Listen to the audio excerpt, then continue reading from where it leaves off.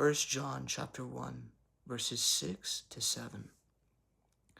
If we claim to have fellowship with him and yet walk in darkness, we lie and do not live out the truth.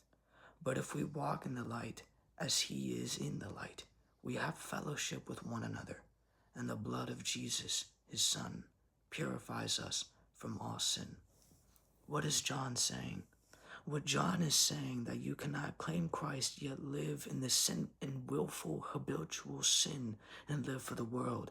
It does not work, because then the truth is not living in you, and you're being a liar.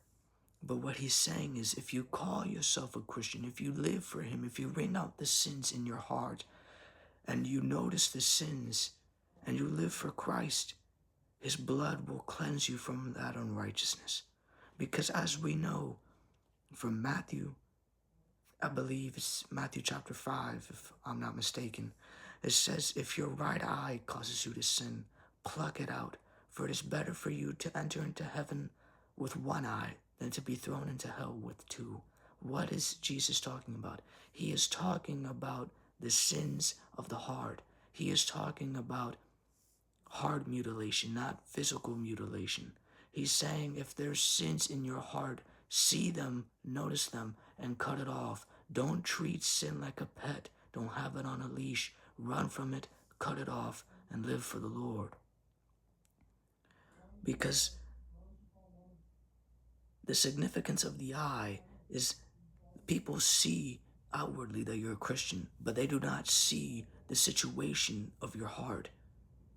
They're gonna say you're a Christian, but your heart says otherwise, because as we know from the prophet Samuel, it says that man judges from the outward appearance, but the Lord judges for the heart. The Lord wants your heart. It is a transformation of the heart. It is a transformation of a person so that we may bear fruit.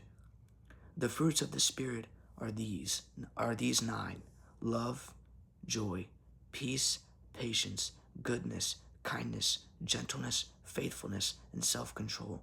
Those are the 9 fruits of the Spirit that we we produce with this relationship with Christ.